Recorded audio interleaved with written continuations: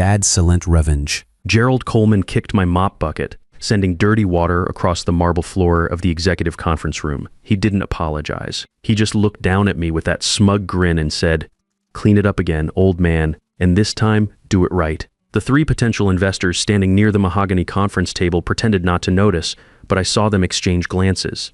My name is Theodore Mitchell. I'm 58 years old. To my daughter and her husband, I'm just Ted the janitor, some washed-up Marine who cleans their offices for minimum wage. They have no idea that the building they're standing in belongs to me. They don't know that Mitchell Construction Empire, the company that built half the commercial district downtown, is mine. They see a man with calloused hands pushing a mop, and they assume I'm broken. I wasn't. I was gathering intelligence. The water from the bucket was spreading toward the expensive Persian rug where Patricia, my daughter, stood with the investors. She looked at me with pure embarrassment, like I was some stray dog that had wandered into her presentation. These weren't strangers. Vernon Phillips had been my business partner for 20 years, though he didn't recognize the janitor in the corner. "Dad," Patricia hissed under her breath, "just clean it up quickly, okay? We're trying to close a deal here, Dad." She still called me Dad, but only when no one important was listening. Let me back up and tell you how I got here. 4 years ago, I made the mistake of trusting my family. After my wife Beverly died, I felt lost. The cancer took her fast, minus 6 months from diagnosis to funeral. Patricia was all I had left, and when she married Gerald, I thought maybe I'd found a son. He seemed ambitious, claimed he was an investment banker with big plans for expanding the family business. That's when I made my decision. I wanted to test them, see if they'd take care of the old man, or if they'd show their true colors. So I stepped back from daily operations and handed control to my senior management team, guys I'd worked with for 15 years. Men like Stanley Tucker, who'd been my foreman before becoming my security chief, and Leonard Walsh, who'd handled our legal work since the beginning. But I didn't retire. Instead, I created a fake identity and took a job as a maintenance worker in my own building. Told everyone I was Ted Mitchell, a family friend who needed work after losing his construction job. The real Theodore Mitchell, according to the official story, was taking extended time off to grieve his wife for 3 years. I watched. I cleaned their offices. I fixed their computers. I listened to their conversations. I emptied their trash cans and raided the documents they threw away. And what I learned made my blood run cold. Gerald wasn't an investment banker. His Harvard MBA was fake. I found the diploma mill certificate hidden in his desk drawer during a late-night cleaning session. His investment clients were mostly elderly folks. He was scamming out of their retirement savings through a fake firm he'd set up using my company's address. And the money funding his lavish lifestyle, it was coming from accounts he'd been systematically draining from Mitchell Construction. Over 3 years, he'd stolen nearly $950,000. But the worst part wasn't the fraud. It was watching my daughter transform into someone I didn't recognize. Patricia used to visit me every Sunday after Beverly died, used to call just to check in and see how I was handling the grief. She'd bring flowers for Beverly's grave and we'd sit in the kitchen for hours, talking about everything and nothing. Now she only showed up when she needed something signed or when Gerald required my family friend discount on construction work for his side projects. She'd gained weight from stress and expensive dinners, started wearing makeup like armor, and spoke to service workers, including me, like they were invisible. The breaking point came at the annual Mitchell Construction holiday party. We'd always thrown a big bash for clients and employees. 20 years running, held at the same union hall where my crew felt comfortable bringing their families. But this year, Gerald decided to upgrade our brand image. He rented the ballroom at the Ritz-Carlton, hired a string quartet instead of the local band my guys liked, and invited every suit in the city who might write us a check. I was there in my janitor uniform, emptying ashtrays and collecting glasses while men I'd done million-dollar deals with walked past me like furniture. The humiliation started early. Gerald positioned himself at the center of the room, holding court with a group of potential investors. He was wearing a custom tuxedo that cost more than most of my employees made in a month, gesturing with a glass of wine that probably cost $50. The construction industry is changing, I heard him tell the group. The old guard, guys like Theodore Mitchell, they built their businesses on handshake deals and blue-collar relationships. But today's market demands sophistication, financial innovation, strategic partnerships. Vernon Phillips, who'd been nursing a beer in the corner, stepped into the conversation. Vernon preferred Budweiser to champagne even at fancy parties. Theodore Mitchell built some of the most innovative, sustainable buildings in the Southeast, he said. His LEED-certified warehouse design is still considered the gold standard. Gerald laughed, that condescending sound that made my jaw clench. That's ancient history, Vernon. Theodore's retired, spending his golden years fishing or whatever these old-timers do. The company needs young leadership, fresh vision. Patricia and I represent the future of Mitchell Construction. I was refilling the ice bucket at the bar, close enough to hear every word. Gerald had no idea that his ancient history was standing 3 feet away, wearing a name tag that read Ted M. Facilities. Speaking of the future, Gerald continued, pulling Patricia close to his side. We're announcing some exciting changes tonight. Major expansion plans, new market sectors, strategic acquisitions. Patricia beamed at the attention, but I noticed she kept glancing around nervously. She knew something was off about the numbers Gerald had been showing her, but she didn't want to ask questions that might disturb her comfortable life. That's when I saw him signal to Vincent Vinnie Phillips, no relation to Vernon, a loan shark who ran numbers out of a sports bar downtown. I'd been tracking their meetings for months, watching Gerald borrow money against company assets to cover his gambling debts and fund his lifestyle. The pieces were falling into place. Gerald wasn't just stealing from the company, he was leveraging it as collateral for his personal debts. If his schemes collapsed, Mitchell Construction would go down with him. 15 years of my employees' jobs, their pensions, their livelihoods, all of it at risk, so Gerald could play high roller. I was watching this unfold when Gerald made his fatal mistake. He spotted me near the bar and decided to make a show of it. Maybe the wine had gone to his head, or maybe he just couldn't resist the opportunity to humiliate someone in front of his new investors. Either way, he walked over with his entourage in tow. "Excuse me," Gerald said loudly, his voice carrying across half the ballroom. "You there, facilities guy?" I turned around, keeping my expression neutral. "Yes, sir. There's been a spill at table 12.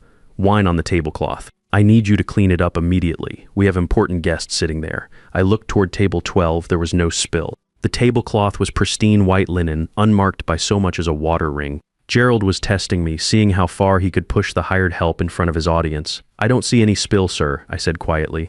Gerald's face darkened. "Are you contradicting me? I'm telling you there's a spill that needs cleaning." He stepped closer, invading my personal space. "Maybe your eyes are going bad with age. Maybe it's time we found someone younger for this job." The conversation around us had stopped. People were staring now, some with embarrassment, others with curiosity. Vernon Phillips looked uncomfortable, shifting his weight from foot to foot.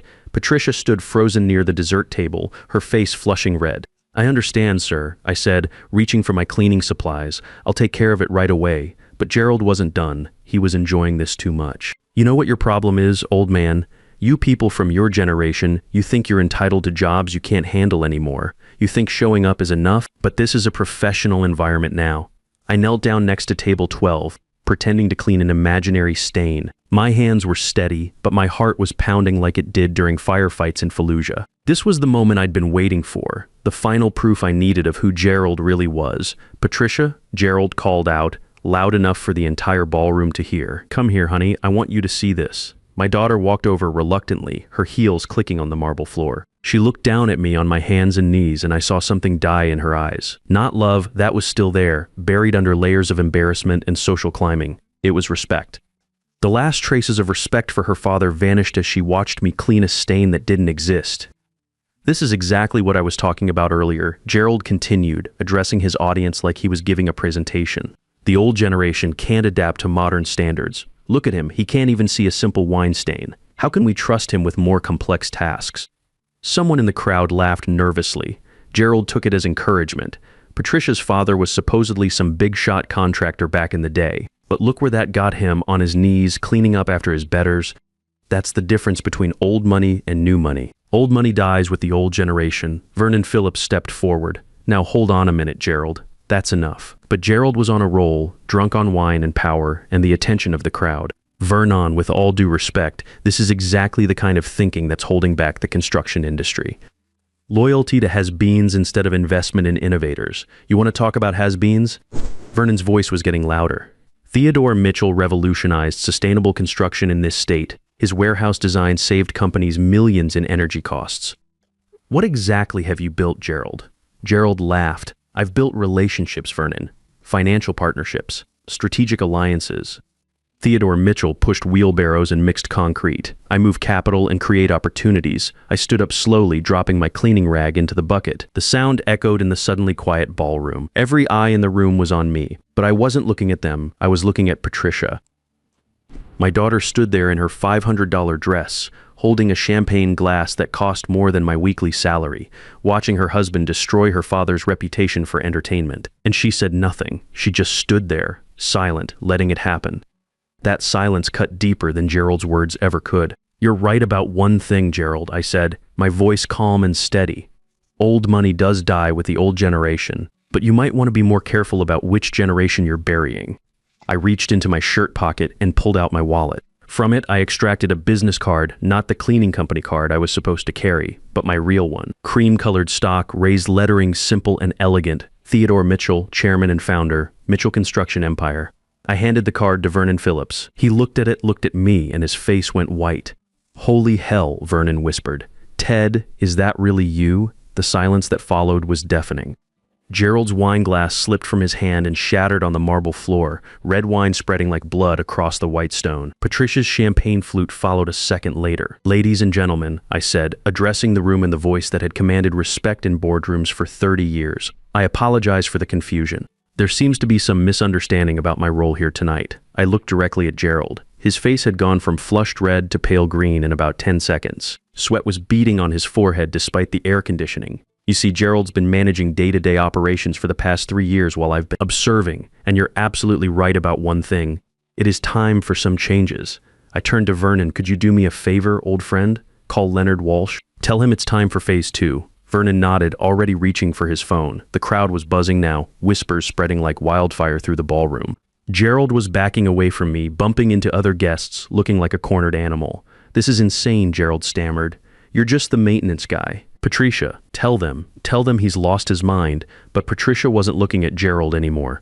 She was staring at me, realization dawning on her face like sunrise after a long, dark night. The man she'd been embarrassed by, the father she'd watched clean imaginary stains, was the same man whose company had paid for her wedding, her house, her entire lifestyle. Gerald made a run for it then, pushing through the crowd toward the exit like a man fleeing a fire. But Stanley Tucker was already moving. I'd spotted him earlier working undercover as hotel security, and he'd been waiting for my signal. Stanley stepped into Gerald's path just as he reached the ballroom doors. Going somewhere, Mr. Coleman? Stanley asked, his Marine bearing unmistakable despite the hotel uniform. I think Mr. Mitchell would like a word. Gerald spun around, wild-eyed, looking for another exit. But Leonard Walsh had just walked through the main entrance, flanked by 2 men in dark suits who definitely weren't hotel staff. Leonard had been my lawyer for 15 years, and he'd been preparing for this moment for months. Good evening, Gerald, Leonard said, approaching with the calm confidence of a man holding a royal flush. I have some papers you need to see. The crowd had formed a loose circle around us now, like spectators at a car accident. Some were pulling out phones, recording what was clearly about to become the most talked-about moment in Atlanta construction industry history. Leonard opened his briefcase and pulled out a thick manila folder. Federal warrant for the seizure of all assets purchased with funds embezzled from Mitchell Construction. State warrant for fraud, identity theft, and securities violations. And my personal favorite, an IRS audit notice covering the last 3 years of your tax returns. Gerald's knees nearly buckled. This is harassment. I haven't done anything illegal. I work for the company. I have authorization. You have authorization to steal nearly $1 million.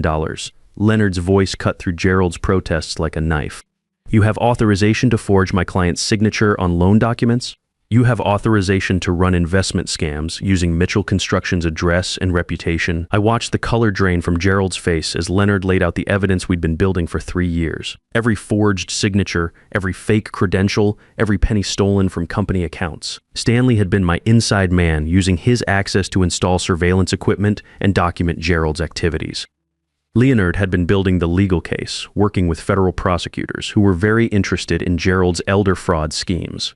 The FBI will want to speak with you about your investment advisory business, Leonard continued, specifically about the 47 clients, all over age 65, minus who invested their retirement savings based on credentials you don't possess for returns you never delivered. Gerald looked around the ballroom desperately, searching for an ally, an escape route, anything. His eyes landed on Patricia, who was standing frozen near the bar, still holding her broken champagne glass. Patricia, Gerald pleaded, tell them we're married, we're partners in this business. I had implied authority to make financial decisions. My daughter looked at her husband for a long moment. I saw her process everything, the lies, the fraud, the humiliation he'd just put me through. The realization that her lifestyle, her social status, even her wedding ring had been purchased with stolen money. I want a lawyer, she said quietly, my own lawyer, not his. That's when the FBI agents Leonard had brought stepped forward. The taller one, Agent Sarah Morrison, addressed Gerald directly. Gerald James Coleman, you're under arrest for wire fraud, mail fraud, securities fraud, and elder abuse. You have the right to remain silent. As Miranda rights were being read, I found myself thinking about Beverly. She would have hated this spectacle, the public humiliation, the family drama played out in front of half the city's business community. But she also would have understood why it was necessary. Sometimes the only way to stop a cancer is to cut it out, even when the surgery is painful. Gerald was handcuffed and led away, still protesting his innocence, still claiming he had authority to access company funds. The crowd began to disperse, conversations buzzing with shock and speculation. Several people approached me, colleagues I'd worked with for decades, men who'd finally recognized the janitor as their old friend Theodore Mitchell. Vernon Phillips clapped me on the shoulder. Hell of a way to come out of retirement, Ted. Though I have to ask, why the elaborate setup? Why not just fire the son of a bitch 3 years ago? I looked across the ballroom at Patricia, who was sitting alone at a table, staring at her hands. Because I needed to know who my daughter really was. I needed to see if she'd choose right over easy, truth over comfort. I needed to know if the values Beverly and I tried to teach her had taken root, or if we'd failed as parents. Vernon followed my gaze, and now you know. Now I know. Patricia stood up slowly and walked toward us. Her makeup was smeared from crying, and she'd kicked off her expensive heels. She looked younger somehow, more like the girl who used to help me in the garage on weekends. Dad, she said, her voice barely above a whisper. I need to ask you something, and I need you to be honest with me. I nodded. The house, the cars, my credit cards, was that all? Company money that Gerald stole. Yes, the mortgage payments, the lease payments, even your shopping allowances, all of it came from accounts he was draining systematically. Patricia closed her eyes. So I have nothing. No house, no car, no savings. You have a college degree I paid for, I said. You have skills and intelligence. You have your health and your youth. That's more than most people start with. She nodded, processing this. What happens now? Leonard answered for me. The assets will be seized to pay restitution to Gerald's victims. The house will be foreclosed, the cars repossessed. Any joint accounts will be frozen pending the criminal investigation. But I didn't know, Patricia said desperately. I swear I didn't know he was stealing. Maybe not the details, I said, but you knew enough. You knew Gerald's claimed salary couldn't support your lifestyle. You knew he had no real credentials, no proven track record. You chose not to ask questions because you liked the answers ignorance gave you. The ballroom was nearly empty now, just family and the lingering smell of expensive wine and broken dreams. Patricia looked around at the opulent surroundings, the crystal chandeliers, the marble floors, the gilded walls. I was so ashamed of you tonight, she said. Watching you clean that floor, I was embarrassed to be your daughter, and now you understand that honest work isn't shameful. I finished. Being a janitor, a construction worker, a mechanic, there's dignity in those jobs. The shame is in taking money you didn't earn, living a life you didn't build. Patricia left that night with nothing but her purse and the clothes on her back. I offered her a ride home, but she reminded me she didn't have a home anymore. Instead, she called her college roommate and asked to sleep on her couch. It was the first honest conversation she'd had in years. The next 6 months were hard on everyone. Gerald's trial made the front page of the Atlanta Business Journal 3 times. The evidence was overwhelming: 34 forged documents, 47 defrauded elderly investors, and nearly $950,000 in embezzled funds. His fake Harvard MBA became a running joke in legal circles. The judge, Dorothy Foster, was particularly harsh during sentencing. Mr. Coleman, Judge Foster said, "You didn't just steal money, you stole people's trust, their retirement security, their faith in honest business. You preyed on seniors who worked their entire lives to build the nest eggs you squandered on gambling and luxury. 8 years in federal prison is insufficient for the damage you've caused, but it's what the law allows." Gerald served his time at a minimum security facility in South Carolina. I heard through Leonard that he spent most of it in the library, supposedly writing a book about his experience. No publisher was interested. Vincent Phillips, the loan shark, got 5 years for racketeering when the FBI followed the money trail from Gerald's gambling debts. Turns out he'd been running numbers for half the construction industry, threatening contractors who couldn't pay their debts. Several of my competitors testified against him, grateful that someone had finally taken him down. As for Patricia, she moved into a studio apartment in Virginia Highland and got a job as an administrative assistant at a small marketing firm, not as a manager or director, as an entry-level employee making $28,000 a year. She took the bus to work, shopped with coupons, and learned that a dollar earned feels different than a dollar given. I didn't contact her for the first 3 months. I wanted to, especially when Stanley reported seeing her at the grocery store, carefully comparing prices on generic brands. But I knew that if I stepped in too soon, if I cushioned the fall, she'd never learn the lesson. Mitchell Construction thrived without Gerald's management. I promoted Stanley Tucker to Chief Operating Officer and brought in my nephew, William Barnes, fresh out of Georgia Tech with an engineering degree and no sense of entitlement. We landed 3 major contracts in the first quarter after Gerald's arrest, including a sustainable housing development that would employ 150 people for 2 years. The company was worth about $15 million when I officially came out of retirement, and we were growing steadily. Not the flashy, leveraged growth Gerald had pursued, but solid, honest expansion built on reputation and relationships. One Saturday morning in late spring, I was in my home office reviewing blueprints when the doorbell rang. I opened it to find Patricia standing on my porch, holding an envelope. She looked thinner, tired, but there was something different in her eyes. Something I hadn't seen since she was a teenager working summer jobs to pay for her car insurance. "Hi, Dad," she said. "I was hoping we could talk." I invited her in and made coffee, real coffee, not the expensive stuff Gerald used to demand. We sat at my kitchen table, the same one where she'd done homework as a kid, where Beverly and I had planned our future, where I'd sat alone after the funeral wondering if I'd failed as a father. "I brought you something," Patricia said, sliding the envelope across the table. Inside was a handwritten letter on plain notebook paper and a money order for $75. "It's not much," she said quickly, "but it's the first money I saved after paying all my bills with my own salary. Rent, groceries, bus fare, everything. This is what was left over from last month." I read the letter. Her handwriting had changed, less elegant, more practical. Like she'd stopped trying to impress people and started focusing on communication. "Dad," she'd written, "I know $75 doesn't come close to what Gerald stole or what you spent raising me, or what I cost you in heartbreak. But it's mine. I earned every dollar of it answering phones and filing paperwork and being polite to people who treat me like I'm invisible.